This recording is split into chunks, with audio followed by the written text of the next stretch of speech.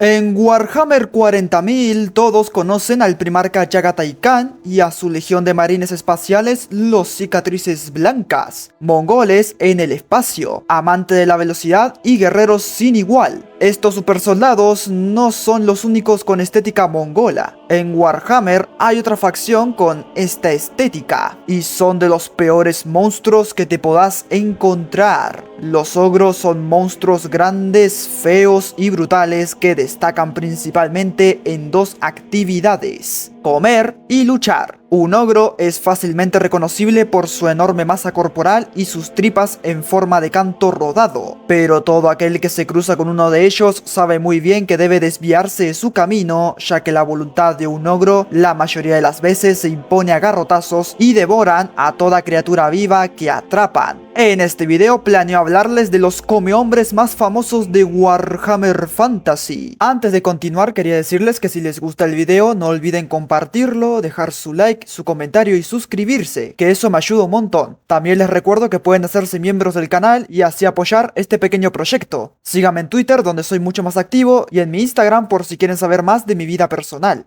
Gracias.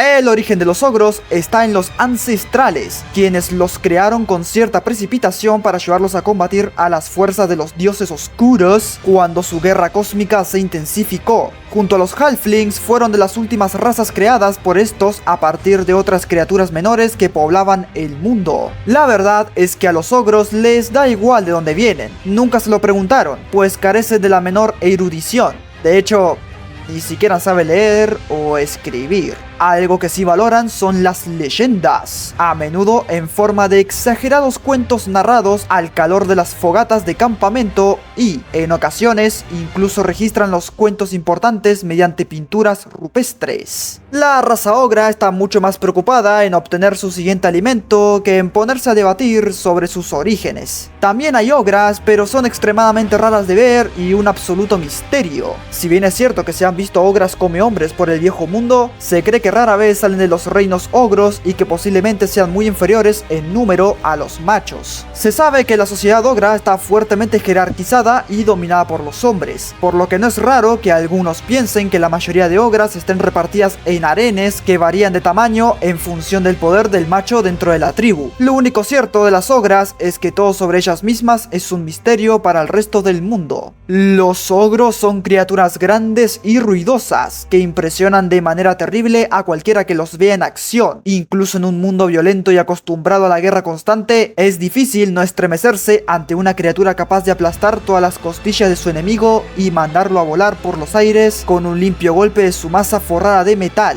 Y si eso no te pareció la gran cosa, espera ver a un ogro agarrando a su víctima recién muerta y devorándola cruda a grandes mordiscos. En batalla, un solo ogro es rival equiparable a media docena de guerreros humanos. Un ogro adulto plenamente desarrollado mide casi el doble que un humano y es más del triple de ancho, alrededor de casi 3 metros de altura y casi la mitad de anchura. Su impresionante cuerpo está coronado por una cabeza bestial y apenas tiene cuello. El vello que recubre su cuerpo es lacio y grasiento. Y, aunque entre ellos es bastante común la calvicie, es difícil encontrar alguno que no tenga vello facial. Quienes han tratado alguna vez con ogros suelen aplicar que las dos expresiones más características de estas criaturas son su inquietante mirada intimidatoria y su sonrisa siniestra. Aparte de su aliento a carne rancia, los ogros tienen una boca llena de dientes planos, superpuestos e inusualmente fuertes, parecidos a los colmillos de una bestia, con los que pueden atravesar de un mordisco incluso un grueso roble como si fuera un pollo. Así pues, cuando los ogros sonríen, no tiene nada que ver con que se hayan puesto contentos de repente, sino que lo hacen para mostrar a sus víctimas lo que les va a pasar a continuación. Hay pocas cosas que los ogros no sean capaces de comer. Para estos gordos, tener una buena barriga es de extrema importancia, tanto física como socialmente e incluso a nivel espiritual. Para ellos, la panza es su símbolo de estatus que indica la riqueza y el poder de cada individuo. Un ogro con una gran tripa es visto por sus semejantes visitantes como un guerrero fuerte y saludable, puesto que se ha alimentado bien para asegurarse esa impresionante circunferencia. Sus órganos están protegidos por un grueso entrelazado de músculos y gracias a eso el ogro puede moler y romper con una fuerza terrorífica todo lo que traga. Pero el ogro común no deja nada en manos del azar en lo que se refiere a su amado abdomen, así que protegen sus tripas con una gran placa circular llamada protege tripas.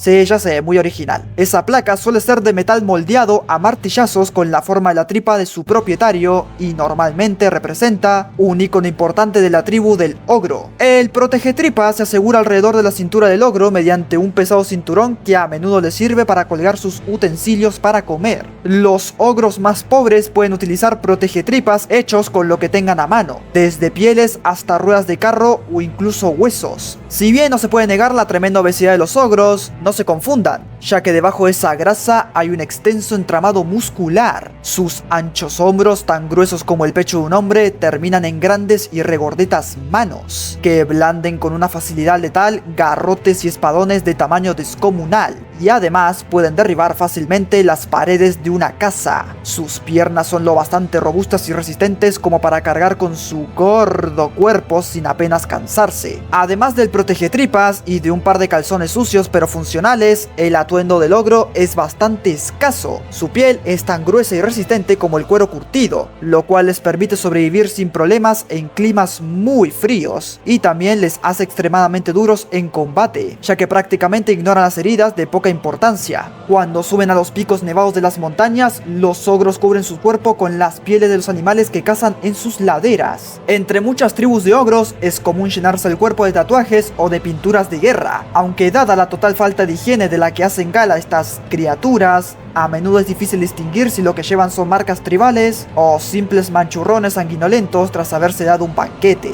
Los ogros adoran al llamado Grandes Fauces, un dios que lo devora todo. Sus relaciones con esta deidad no se basan únicamente en la devoción, sino también en el miedo, ya que las Grandes Fauces provocaron casi la destrucción total de la raza ogra. Por alguna razón desconocida, un enorme meteoro de piedra bruja de un tamaño nunca visto impactó en las tierras de los ogros, aniquilando a la mayor parte de la raza en un instante. Donde antaño moraban los ogros, el meteorito había dejado unas enormes fauces palpitantes en vez de un cráter convencional. Tras la destrucción de sus antaño fértiles tierras, las tribus supervivientes se vieron presas del hambre y empezaron a devorarse unas a otras. Sin embargo, una de las leyendas más antiguas de los ogros relata que Grot, un dedo solo, lideró a su tribu a aquel funesto desierto con la intención de ofrecer un sacrificio a este nuevo y poderoso dios. Los ogros conocen este horror geográfico como las Grandes Fauces, porque le reconocen el mérito de haber sido capaz de devorar a tantos en tan poco tiempo. Acababa de nacer un nuevo dios y finalmente los ogros encontraron algo a lo que temer.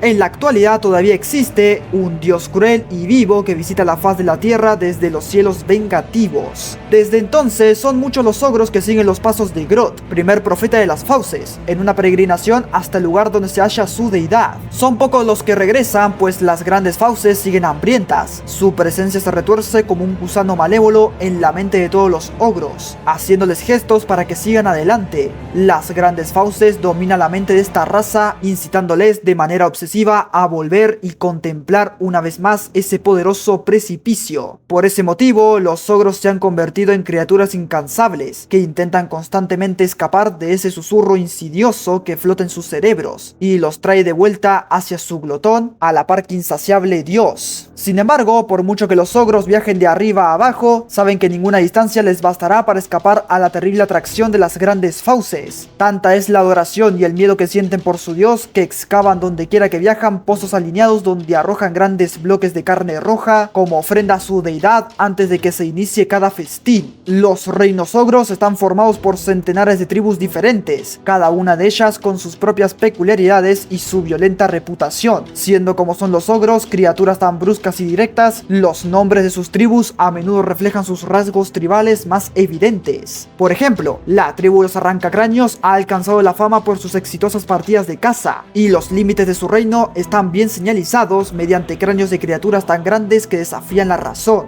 Cada tribu intenta constantemente aumentar su reputación, algo que suelen hacer a la manera típica de los ogros, es decir, mediante prodigiosos actos de violencia. Los conflictos entre tribus son comunes y suelen acabar con la tribu más débil siendo absorbida por la tribu vencedora. No obstante, las tribus no siempre están enfrentadas, y de hecho hay ocasiones en las que saben ver las ventajas que comporta trabajar en equipo. Los ogros no son grandes constructores, se los califica como unos seres con la suficiente inteligencia para clavar 2 tablas y golpear al observador hasta reducirlo a una pulpa sanguinolenta. Según los rumores, si uno pega su oído a la cabeza de un ogro, puede escuchar el océano. Obviamente esto es mera especulación sin sentido, pues nadie en su sano juicio se atrevería a poner su oreja tan cerca de las fauces de estas bestias. Hay algo de verdad en ello, porque aunque es cierto que la mayoría de los ogros son un tanto limitados mentalmente y que como raza no son capaces de inventar cosas ni de crear nada bello ni duradero, sin embargo, sí que demuestran cierta habilidad para crear objetos útiles a base de juntar diversas piezas de chatarra y para improvisar toscas armas con todo lo que encuentran a mano, e incluso llegan a manejar las máquinas de guerra que encuentran, comercian u obtienen a costa de otras razas. Los ogros son famosos por su afición a viajar, son incansables nómadas acostumbrados a vagar muy lejos de sus tierras natales y listos para levantar su campamento y volver a ponerse en marcha en cualquier momento. Es por ello que pueden encontrarse en las 4 esquinas del mundo luchando en pequeños grupos de mercenarios, aunque al final suelen dejar pocas evidencias de su paso. En contraste, una migración a gran escala de ogros puede resultar devastadora, pues arrasan todo tipo de vida de las tierras por las que pasan, devorando poblaciones enteras en cuestión de días. Algunos ogros migran desde las montañas de los lamentos, a menudo siguiendo el lucrativo rastro de la batalla para alquilarse como mercenarios. Por este motivo te puedes encontrar a estos gordos por todo el mundo,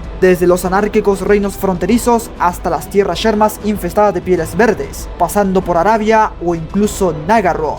Los ogros establecen sus campamentos cavando un enorme pozo ceremonial en el centro y montando alrededor sus tiendas de pieles atestadas de pulgas. Una vez hecho esto, es el momento de ponerse manos a la obra, y en el caso de los ogros, manos a la obra significa o bien intimidar a los habitantes de las cercanías para lograr que les den comida, o bien ir a la guerra y tomar directamente lo que quieran. Se colocan vigías en las carreteras, pasos de montaña y demás rutas de viaje obvias, y se cobra un peaje a todo aquel que pase por allí. Aquellos que no pueden pagar son devorados sin compasión. Mientras tanto, se envían a los asentamientos vecinos ultimátums exigiendo el pago de tributos. En la actualidad, la mayoría de los ogros son lo bastante sofisticados como para demandar que el pago de estas extorsiones se hagan en oro u otros bienes. Pero algunas tribus siguen ancladas a las viejas tradiciones y no han aprendido aún a valorar la utilidad de los sistemas de intercambio monetario. Sea como sea, cualquier asentamiento que se niegue a pagar será despachado rápidamente.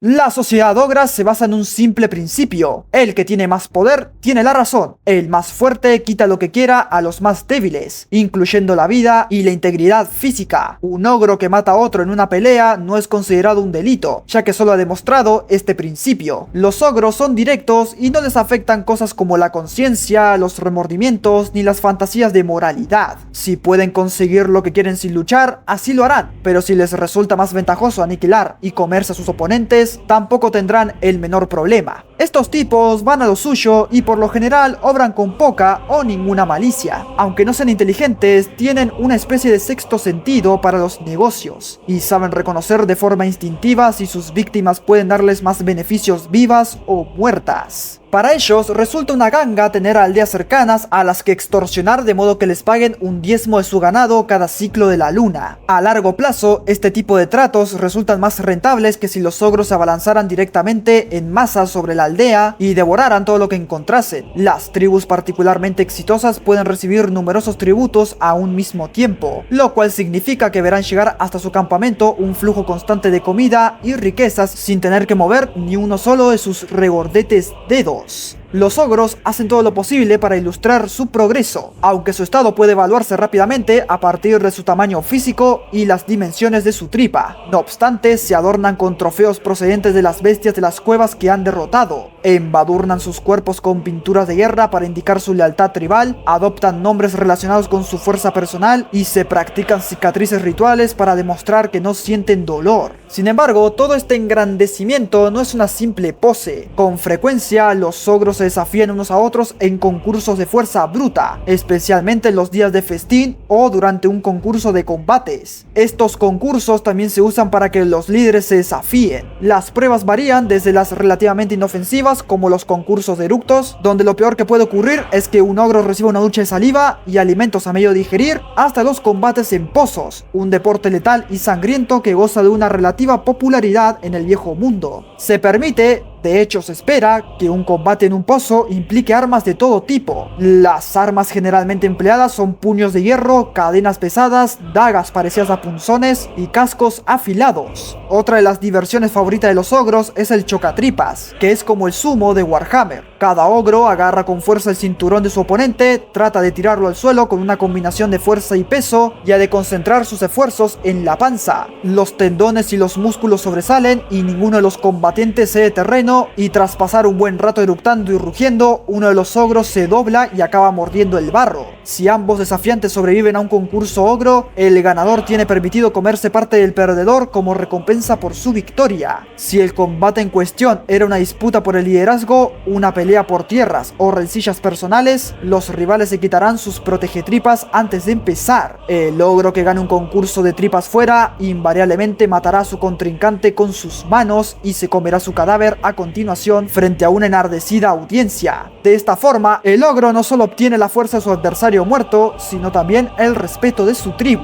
Los distintivos de un festín ogro incluyen chimeneas del tamaño de establos y mesas enormes con caballetes del tamaño de abrevaderos que se sitúan alrededor de un pozo fauces, un agujero maloliente cavado en el suelo lleno de un cenagal de carne podrida, miembros amputados y armas oxidadas en los que los ogros libran sus violentos juegos. Aunque otras razas emplearían a cantantes para alegrar las fiestas, como los ogros no entienden el concepto de música, prefieren el volumen a la calidad. En estos casos, un ogro que pueda gritar más alto que sus compañeros es considerado un intérprete de valía. Mientras las canciones tradicionales resuenan en las salas donde se celebra el festín, los matarifes sazonan fuentes enormes de carne de bestias de las cavernas con bretoniano crudo y un punto de ajo, corriosa carne enana servida en un plato de gromrir, salchichas enormes guisadas con la carne más tierna de los soldados imperiales y el manjar que consideran más exquisito, piernas tiernas de elfo fritas en sangre de caballo. Normalmente los festines suelen regarse con cerveza de ogro, un brebaje espeso y viscoso que en su composición incluye cantidades iguales de panales de avispas que tratan de salir del turbio fondo. La cerveza ogra es lo suficientemente tóxica para hospitalizar a un enano y normalmente se beben cuernos extraídos del cráneo de alguna bestia que su propietario ha matado. Dependiendo de su función y de su estatus social en la tribu, los ogros reciben un título distinto. Su clase social se divide en 9 de estos títulos. Los líderes de sus tribus se llaman déspotas y son los individuos más grandes y fuertes de esta raza. El título de déspota no es hereditario. Lo único que tiene que hacer un ogro para acceder a dicho rango es derrotar en combate singular al déspota actual. Los matones suelen actuar como vigilantes y ejecutores de la ley de la tribu a las órdenes del déspota, y pasan buena parte de su tiempo repartiendo garrotazos y mamporros en nombre de su líder. Como pago por emplearse a fondo en estas labores, los matones disfrutan de numerosos privilegios en el seno de la tribu. Los comehombres luchan por todo el viejo mundo y más allá, y son muchas de las razas que intentan reclutarlos para sus ejércitos prometiéndoles comida, oro o cualquier otra cosa que pidan a cambio de sus servicios. Según los comehombres, lo único que importa es la paga, no el adversario, aunque a veces se les puede recompensar entregándoles los cadáveres enemigos para que se los coman, y en estos casos el adversario sí que importará. Después están los matarifes, adoptan el rol tanto de hechiceros como de profetas, pues son los únicos que disfrutan de una conexión directa con las grandes fauces. Mediante la sangrienta preparación y consumición ritual de carne, los matarifes canalizan una pequeña porción de la insaciable glotonería y violencia de la terrorífica deidad ogra, convirtiéndola en manifestaciones mágicas, una práctica denominada panzamagia. Gracias a esta energía, los matarifes pueden imbuir a sus camaradas con una vitalidad sobrenatural, inflando sus músculos y endureciendo su piel. Incluso pueden llegar a encauzar la ira de su dios contra sus enemigos, haciendo que rompa sus huesos o que el suelo se abra bajo sus pies y los engullan. Los panzafuegos son los rugientes y ardientes sacerdotes de la deidad Ogra conocida como Boca en Llamas, el cual es el segundo dios más importante de estos gordos, que en realidad es un volcán enorme. Los panzafuegos son profetas de leyenda, locuaces y vitalistas, dominados por un intenso fuego interior, tanto metafórico como literal, y un temperamento que puede pasar de la alegría a la ira y viceversa con suma facilidad. Su cabeza es totalmente calva y sus cuerpos son enormes. Su piel resplandece con un brillo que parece salirles de las mismas entrañas, y sus pectorales descubiertos están llenos de tatuajes con símbolos de destrucción. Un panzafuegos enfurecido puede vomitar una nube de abrasadoras llamas tan violenta e intensa que funde las cotas de malla enemiga en segundos. Los cazadores son los ogros más enormes e independientes de su raza y son capaces de escalar el pico de una montaña siguiendo el rastro de un gran mamut herido o de un rinobuey gigante. Un ogro se convierte en cazador bien porque temporalmente rompe los lazos que le unía a su tribu y quiere saciar sus ganas de vagar por el mundo, o bien porque es exiliado a las montañas blancas por haber desairado de algún modo a sus compañeros. Aquellos que sobreviven un tiempo a este tipo de vida llegan a hacerse guerreros ferozmente independientes y desarrollan una astucia especial para acechar y cazar bestias. Los sueltafuegos, término ogro que se utiliza tanto para referirse a las armas como a la unidad que las lleva, son una de las últimas incorporaciones a los ejércitos de los reinos ogros. Portan cañones sueltafuegos sobre un brazo con bandas de cuero. Muchos van a la batalla con palos ardientes atravesados en la piel del cuero cabelludo o entre los dientes. Los tripas duras son los ogros que ocupan la posición más relevante y gozan del mejor armamento y armaduras. Van a la batalla armados con gigantescas armas a dos manos, inmensas cimitarras, rocas atornilladas a troncos de árbol por bandas de hierro o simplemente versiones enormes de la masa ogra tradicional. Además, lucen protegetripas especialmente grandes como símbolo de su posición en la tribu y cubren sus carnosos brazos y sus pétreas cabezas con improvisadas placas de armadura pesada que han logrado reunir tras muchos años de conquistas. Y por último, los ogros toro forman la base de la mayoría de ejércitos de los reinos ogro, una masa sucia de músculo y grasa que allana el terreno e incluso asentamientos enteros si se reúnen en número suficiente. Son grandes, brutales y extremadamente violentos. Los ogros tienen un apetito insaciable por la destrucción y por la comida, e incluso en épocas de relativa paz cazarán y matarán en las cuevas a las bestias salvajes que habitan en las montañas. Además, suelen estar en guerra constante entre ellos. Un solo ogro es capaz de superar en combate a una docena de hombres, y una docena de ogros puede arrasar por completo una aldea de humanos. Ya ni hablemos de un ejército completo. Cada regimiento de ogros es una masa sudorosa y gritona que avanza ganando velocidad hasta impactar contra el enemigo como una tonelada de ladrillos. Sus ejércitos están formados por un gran número de estos regimientos, y su destructiva potencia de choque que todo lo barre puede compararse a la de una avalancha. Además, no marcharán solos al combate, sino que llevan con ellos pesadas bestias cavernarias, peludos monstruos montañosos de grandes colmillos y otros muchos tipos de bestias feroces. La razón por la que a los ogros les atrae tanto la guerra es que, mientras se abren paso destruyendo y conquistando, por el camino pueden ir apoderándose de todo lo que necesitan para sobrevivir, y por lo general en grandes cantidades. Los ejércitos de ogros asolan el mundo buscando riquezas y suministros de carne fresca, y de ninguna de las dos cosas parecen encontrar nunca lo bastante como para quedar saciados.